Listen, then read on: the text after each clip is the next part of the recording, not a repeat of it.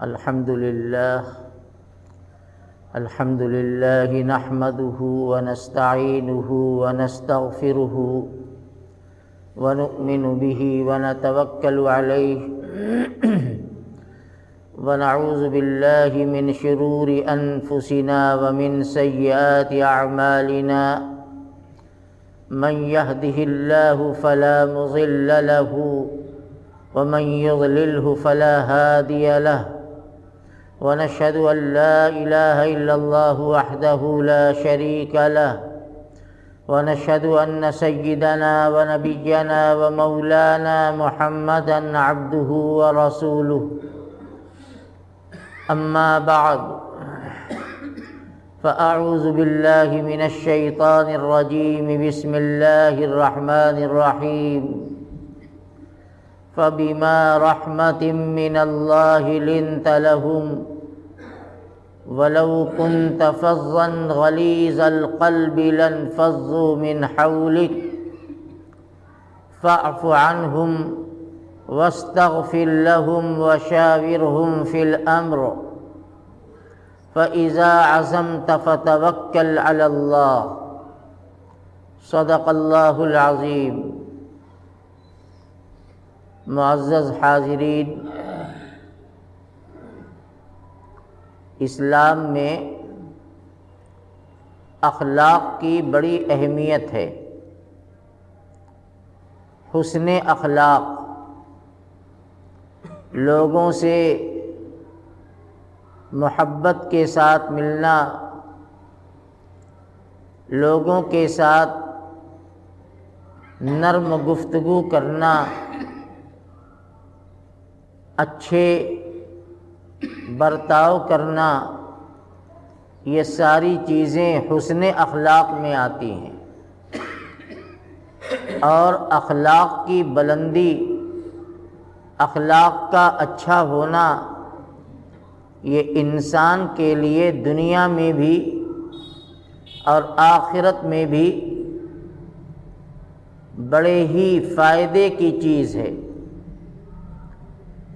رسول اکرم صلی اللہ تعالی علیہ وسلم نے ایک حدیث میں ارشاد فرمایا ہے کہ جب قیامت کے دن بندوں کے اعمال تولے جائیں گے اور ترازو کے ایک پلڑے میں اس کی نیکیاں رکھی جائیں گی اور دوسرے پلڑے میں اس کی برائیاں، اس کی گناہیں رکھی جائیں گی،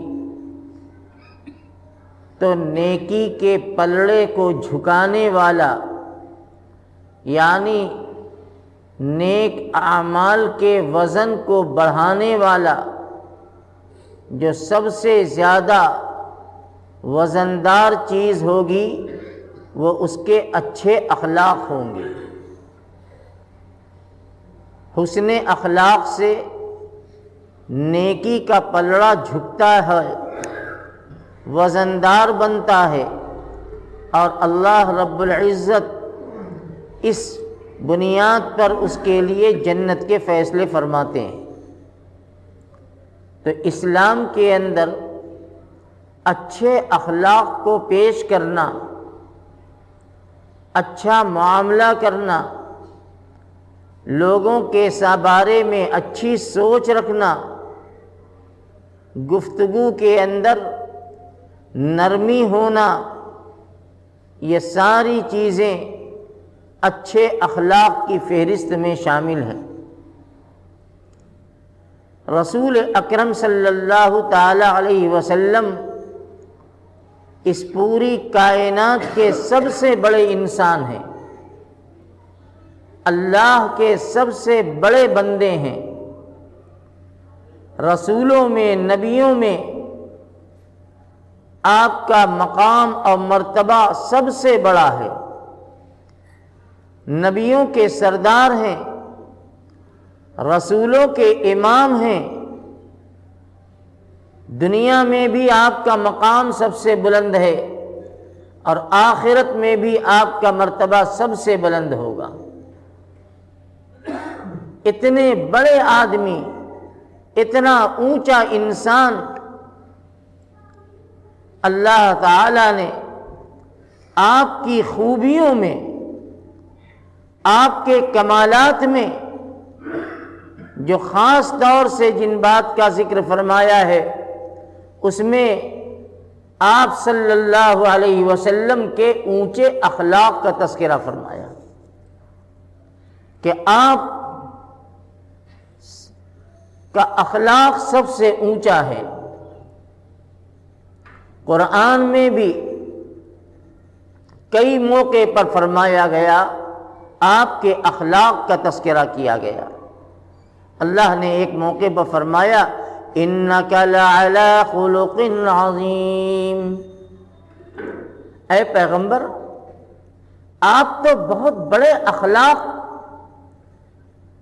پر فائز ہیں، آپ کا اخلاق بہت بلند ہے، لوگوں کے ساتھ آپ کے معاملات، آپ کی گفتگو بڑی نرم ہوتی ہے، بڑی ملائم ہوتی ہے۔ قرآن پاک کی جو آیت تلاوت کی ہم نے خطبے کے بعد، اللہ تعالی نے اس میں آپ کے اسی بلند اخلاق کا تذکرہ فرمایا اور اس اونچے اخلاق کا فائدہ بھی بیان فرمایا۔ اللہ نے فرمایا فَبِمَا رَحْمَةٍ مِّنَ اللَّهِ لِنْتَ لَهُمْ، اے پیغمبر آپ پر اللہ کی بڑی رحمت ہے، بڑی مہربانی ہے، اور اس مہربانی میں کیا ہے کہ لِنْتَ لَهُمْ، آپ لوگوں کے لیے بڑے نرم دل ہیں، بڑے نرم مزاج ہیں، بڑے بلند اخلاق والے ہیں۔ لِنْتَ لَهُمْ وَلَوْ كُنْتَ فَظًّا غَلِيظَ الْقَلْبِ، اے پیغمبر اگر آپ سخت مزاج ہوتے، غلیظ القلب سخت دل والے ہوتے، زبان بھی سخت، دل بھی سخت، مزاج بھی سخت، تو کیا ہوتا؟ لَنْفَضُّوا مِنْ حَوْلِكَ، تو اے نبی آپ جو یہ دیکھ رہے ہیں کہ یہ صحابہ جو ایمان والے ہیں، جو آپ کے ارد گرد دائیں بائیں آگے پیچھے پروانے کی طریقے سے منڈلا رہے ہیں، آپ کے اوپر اپنی جانوں کو قربان کر رہے ہیں، آپ کے ایک ایک حکم پر اور ایک ایک اشارے پر اپنی دنیا کو تج دے رہے ہیں، قربان کر دے رہے ہیں، اپنا مکان، اپنا کاروبار، اپنا مال، اپنی اولاد، اپنی بیویوں کو جو آپ پر نچھاور کر رہے ہیں، اے نبی اگر آپ بلند اخلاق والے نہ ہوتے تو یہ جو عاشقوں کا اور جانثاروں کا یہ جھرمٹ ہے جو آپ کے اوپر منڈلا رہا ہے، جانے دے رہا ہے، یہ کوئی آپ کے ساتھ نہ ہوتا۔ یہ صرف اے پیغمبر یہ آپ کے اونچے اخلاق کا نتیجہ ہے کہ آپ نے اپنے بلند اخلاق کے ذریعے سے لوگوں کے دلوں کو اپنی طرف کھینچ لیا۔ حقیقت یہی ہے کہ آپ کے اس بلند اخلاق نے دشمن کے دل کو بھی نرم کر دیا،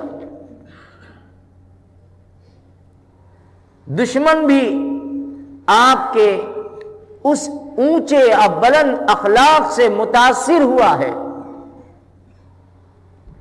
ایمان نہ لانا یہ تو مقدر کی چیز ہے، اللہ جس کو ایمان کی دولت اور توفیق دیں گے وہی ایمان میں آئے گا، لیکن اس کے باوجود آپ کے اخلاق اور آپ کے بلند کردار، آپ کی شیریں زبانی زبان کی نرمی، یہ آپ کے ارد گرد آپ کے جو دشمن ہیں وہ بھی اس کا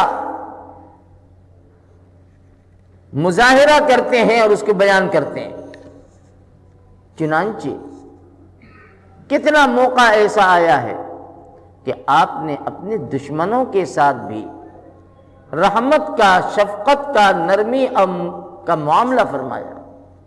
آپ نے بدلہ نہیں لیا، آپ کو بڑی تکلیف پہنچائی گئی، ہر طرح سے آپ کو تکلیف پہنچائی گئی، آپ کے دل کو ٹھیس لگائی گئی، لیکن آپ نے کبھی اپنی زبان سے کوئی جملہ نہیں کہا، بد اخلاقی کا مظاہرہ نہیں کیا۔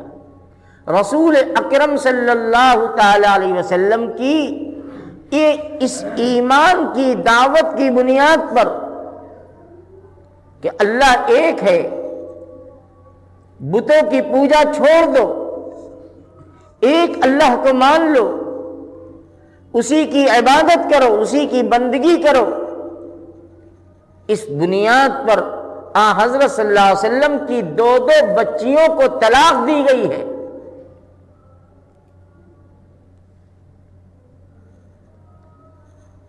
لیکن آپ نے کچھ نہیں کہا، آپ حق پر تھے، حق بات کہتے تھے، حق کی دعوت دیتے تھے، جنت کے راستے کی طرف بلاتے تھے، لیکن دشمنی کا یہ عالم کہ ماننا دور کی بات، اللہ کے پیغمبر کی 2 بیٹیوں کی طلاق ہوئی ہے، لیکن آپ نے کچھ نہیں کہا، خاموش رہے، صبر کیا۔ نبی کریم علیہ الصلوۃ والسلام کی بیٹیوں کو اللہ نے اس سے اچھا رشتہ عطا فرمایا، حضرت عثمان غنی رضی اللہ تعالی عنہ کی کہ نکاح میں ان کو دے دیا۔ یہ آپ کا بلند اخلاق تھا، یہ آپ کی میٹھی زبان تھی، دشمن بھی اس سے متاثر ہوتا تھا۔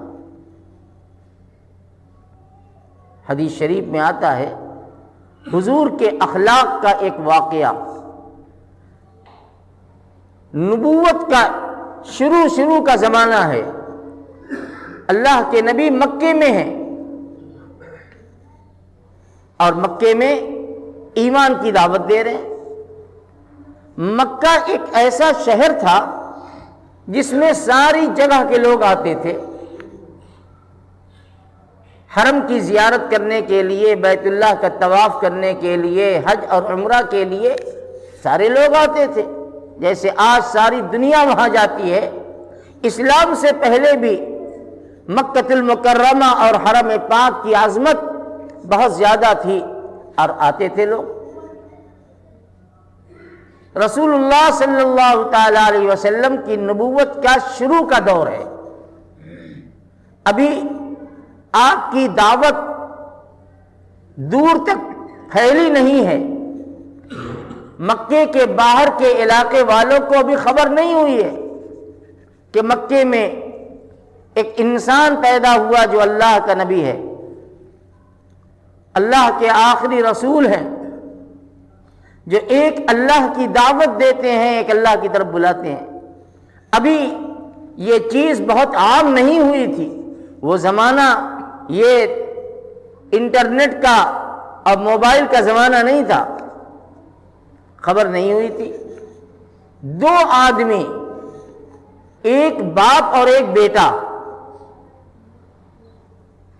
مکے آ گئے، وہ نبی کو بھی نہیں پہچانتے، نبی کی دعوت کو بھی نہیں جانتے تھے، آئے مکے، کسی کام سے دنیا آتی تھی، وہ ایک مکے کے ایک راستے سے گزر رہے تھے تو دیکھا کہ ایک انتہائی شریف انسان ہے جو آگے آگے جا رہا ہے، اور اس کے پیچھے ایک آدمی ہے جو ان کو پتھر مار رہا ہے، ان کے اوپر پتھر پھینک رہا ہے، اور یہ کہہ رہا ہے، راستے میں چلا رہا ہے، لوگوں سے کہہ رہا ہے کہ اے لوگوں اس کی بات نہ ماننا، یہ جادوگر ہے۔ یہ کہہ رہے پتھر مارنے والا لوگوں سے کہہ رہا ہے کہ اس کی بات نہ ماننا، یہ جادوگر ہے۔ وہ جو دو آدمی باپ اور بیٹے مکے آئے تھے، انہیں کچھ پتا نہیں تھا، اور خاص طور سے بیٹے کو تو کچھ بھی نہیں معلوم تھا۔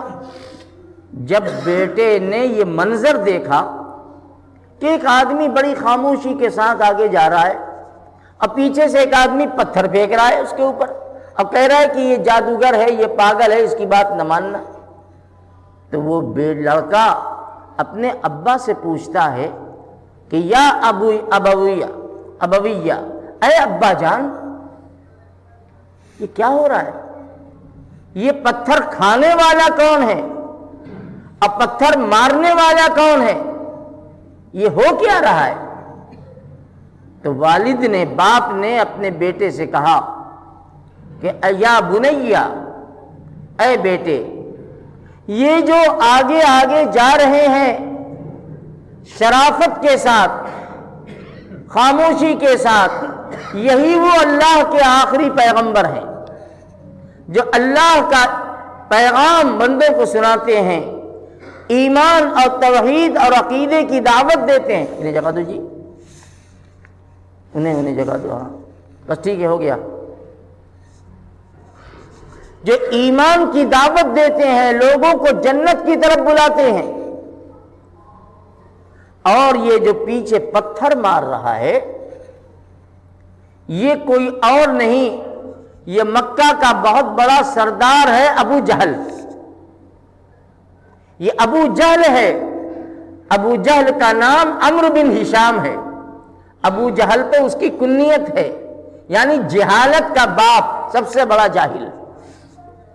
تو پتھر مارنے والا ابو جہل ہے، اب پتھر کھانے والا یہ محمد الرسول اللہ صلی اللہ علیہ وسلم ہے، جو اللہ کے آخری پیغمبر ہیں، جو ایمان کی دعوت دیتے ہیں۔ وہ کہتے ہیں کہ جب میں نے یہ منظر دیکھا تو میرے طبیعت پر بڑا اثر ہوا کہ اس نبی کا یہ بلند اخلاق، اس کو جھٹلایا جا رہا ہے، اس پر پتھر مارے جا رہے ہیں، اور یہ کہا جا رہا ہے کہ اے لوگوں اس کی بات نہ ماننا، یہ جادوگر ہے، یہ دیوانہ ہے، اور محمد الرسول اللہ صلی اللہ تعالی علیہ وسلم ایک زبان خاموش ہیں، کچھ نہیں کہتے۔ یہ آپ کا وہ بلند اخلاق تھا جس نے مکے والوں کو دل کے اندر آپ کی محبت اور ایمان کی محبت پیدا کر دی، کہ جو نبی جس کے اخلاق اتنے بلند، تو اس کی تعلیم کتنی بلند ہوگی، اس کی دعوت کتنی اونچی ہوگی، وہ جس چیز کی دعوت دیتا ہے وہ پیغام کتنا حق اور سچ ہوگا۔ میرے بھائی، یہ میں نے ایک مثال بیان کی ہے، ایک مثال بیان کی ہے، ہزاروں واقعات ایسے ہیں۔ نبی کریم علیہ الصلوۃ والسلام کا یہ اونچا اخلاق، یہ میٹھی زبان، یہ پیار اور محبت اور نرمی کا برتاؤ، اسی نے ساری دنیا کو متاثر کیا ہے، ساری دنیا کو۔ وہ صرف اس زمانے کے لوگ نہیں، آج بھی دنیا آپ کی زندگی سے بڑی مرعوب ہے، چاہے وہ ایمان نہیں لائی ہے، وہ کلمہ نہیں پڑھی ہے، لیکن مرعوب بہت ہے۔ ایک انگریز، یہودی یا عیسائی، کرسچن تھا، وہ بڑا قابل آدمی تھا، بڑا اونچا انسان تھا۔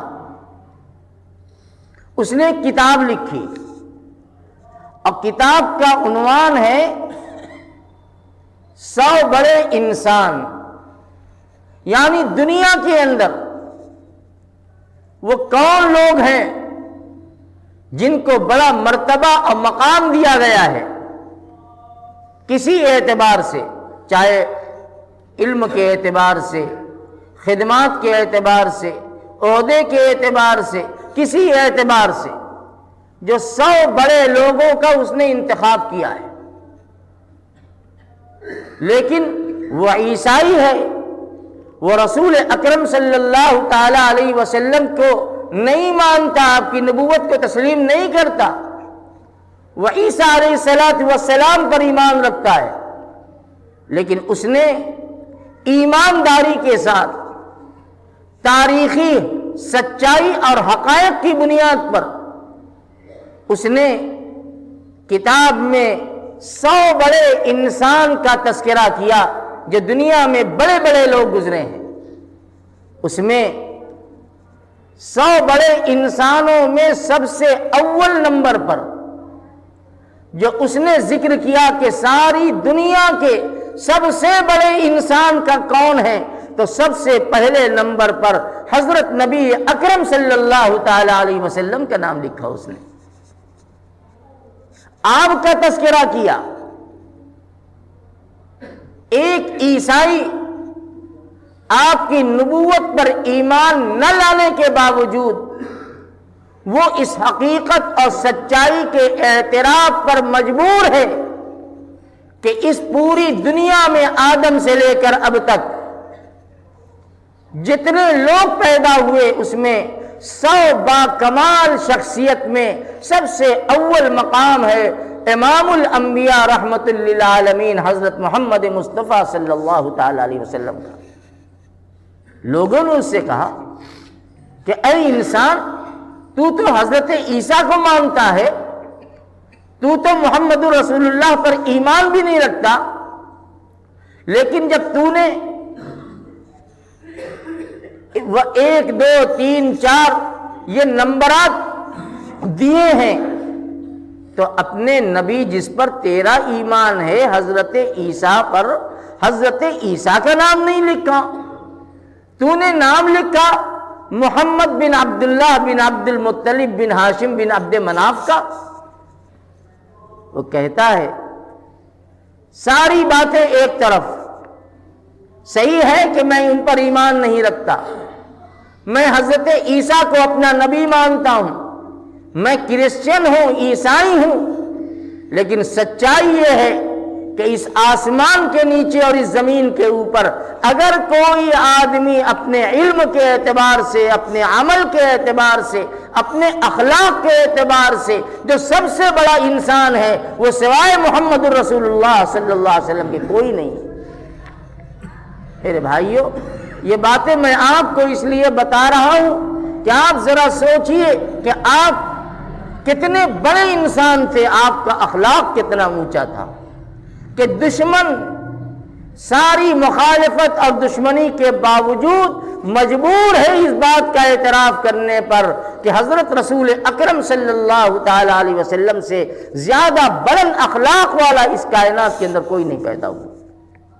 میرے بھائی، یہی وہ اخلاق ہے جس کی نبی نے تعلیم دی ہے، جس نبی پر ہمارا ایمان ہے، جس نبی کو ہم مانتے ہیں اور ہمارا عقیدہ ہے کہ اللہ اور آخری نبی پر ایمان یہ ہماری نجات کا ذریعہ بنیں گے۔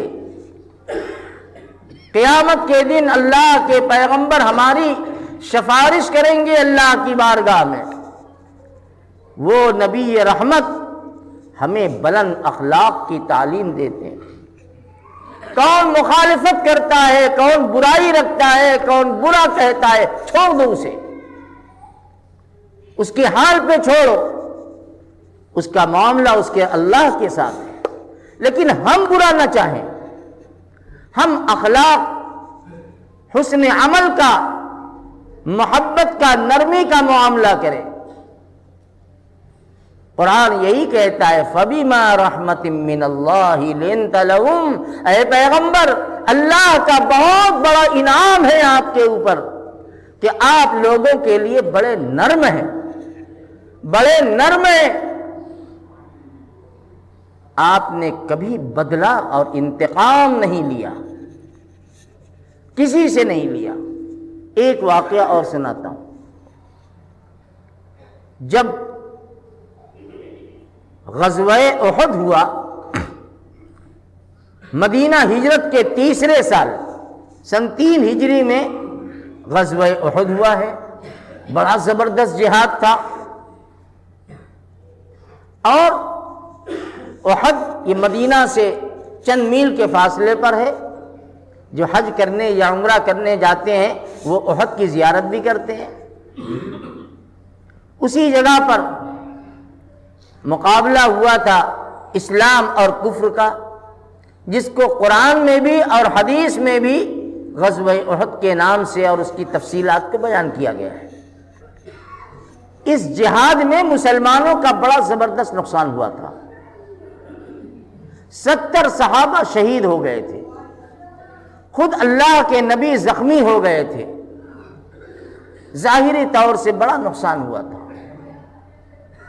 حضور پاک صلی اللہ علیہ وسلم کے چچا حضرت حمزہ رضی اللہ عنہ یہ بھی شہید ہوئے تھے غزوہ احد میں، اور آپ کو تو بڑی بے دردی سے شہید کیا گیا تھا۔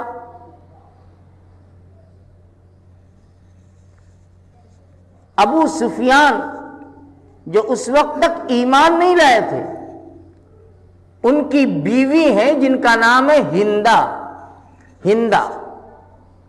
جب حضرت حمزہ رضی اللہ تعالی عنہ وحشی کے تیر مارنے اور نیزہ مارنے سے شہید ہو گئے، تو ہندہ حضرت حمزہ کی لاش مبارک کے پاس آتی ہے اور اپنے ہاتھ کے دھاردار ہتھیار سے حضرت حمزہ کی ناک کاٹتی ہے، کان کاٹتی ہے، پیٹ چیرتی ہے، کلیجہ نکالتی ہے اور اس کو چباتی ہے، ناک کان کو دھاگے میں گو کر اس کا مالا پہنتی ہے۔ یعنی حضرت حمزہ کی شہادت پر جشن منا رہی ہے کہ مرے ہوئے انسان کو اور تکلیف پہنچا دو، ٹکڑے ٹکڑے کر دو، جس کو عربی میں کہتے ہیں مسلا کر دو، کہ پہچان نہ پڑے کہ کون ہے یہ۔ حضرت حمزہ رضی اللہ تعالی عنہ کی لاش مبارک کے ساتھ ہندہ کا یہ برتاؤ تھا۔ اس کے دل میں کتنی مخالفت کی آگ دہک رہی ہوگی، کیسی دشمنی بھری ہوگی کہ مرنے والوں کو بھی اس نے نہیں چھوڑا، بلکہ اس کے ہاتھ، ناک، آنکھ، کان کاٹ ڈالے اور کلیجہ چیر کر کے اس کو چبانے کی کوشش کی۔ دشمنی کیسی رہی ہوگی، لیکن اللہ کی توفیق 5 سال کے بعد، یعنی غزوہ احد 3 ہجری میں ہوا، اب فتح مکہ یہ 8 ہجری میں ہوا، یعنی 5 سال ہوا۔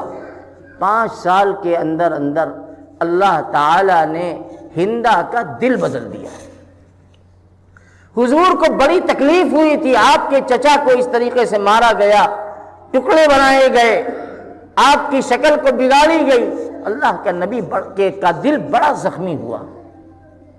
کتنی تکلیف ہوئی ہوگی ہم اندازہ بھی نہیں کر سکتے، لیکن آپ خاموش تھے، جواب نہیں دیا۔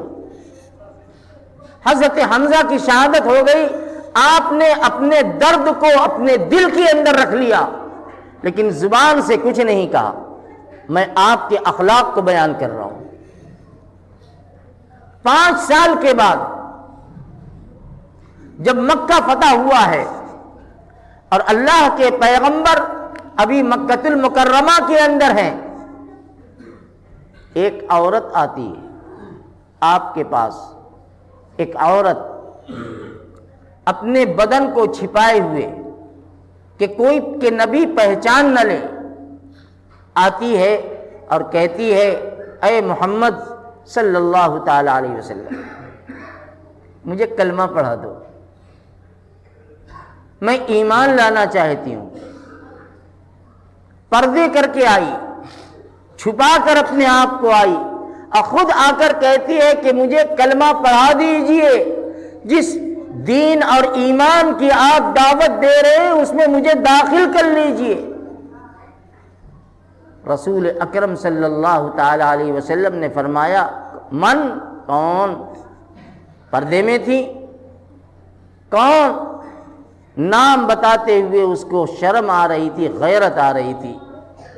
کہ اگر میں نام بتاؤں گی تو شاید نبی بگڑ نہ جائیں، ناراض نہ ہو جائے کہ بدبخت تو وہی ہے جس نے میرے چچا کے ہاتھ ناک کان کاٹے تھے؟ کچھ نہیں، نام بتایا، ہندا زوجۃ ابی سفیان، ابو سفیان کی بیوی ہوں، ہندا ہوں۔ ذرا سوچئے آپ، رسول اکرم صلی اللہ علیہ وسلم کی نظر کے سامنے وہ سارے منظر آ گئے ہوں گے جو آپ نے احد کے میدان میں اپنے چچا کے اوپر دیکھا تھا، سارا نقشہ آپ کے سامنے رہا ہوگا، لیکن آپ نے ایک مرتبہ بھی ہندا سے یہ نہیں کہا کہ تو نے یہ کیا، یہ کیا، یہ کیا، مجھے یہ تکلیف پہنچائی، کچھ نہیں آپ نے کہا۔ آپ نے کلمہ پڑھایا، ایمان لے آئی اور صحابیہ بن گئی، اور صحابیہ بن کر کے ایمان کی حالت میں دنیا سے گئی اور جنت میں پہنچ گئی۔ یہ رسول اکرم صلی اللہ علیہ وسلم کا وہ اخلاق ہے جس اخلاق کو آج ہم بھولے ہوئے ہیں۔ ذرا ذرا سی بات پر، ذرا ذرا سی معاملے پر ہم بے قابو ہو جاتے ہیں، زبان قابو میں نہیں۔ کیا یہی محمد الرسول اللہ کی تعلیم ہے؟ کیا یہی آپ کا اخلاق ہے؟ آپ نے ہمیں کیا سکھایا تھا؟ آپ نے ہمیں کیا بتایا تھا؟ اور آج ہم کیا کر رہے ہیں؟ یاد رکھو، صبر کرنے والا اور کڑوی کسیلی کو جھیل لینے والا وہ بڑے فائدے میں ہے، وہ بڑے فائدے میں ہے، وہ بڑے نفع میں ہے۔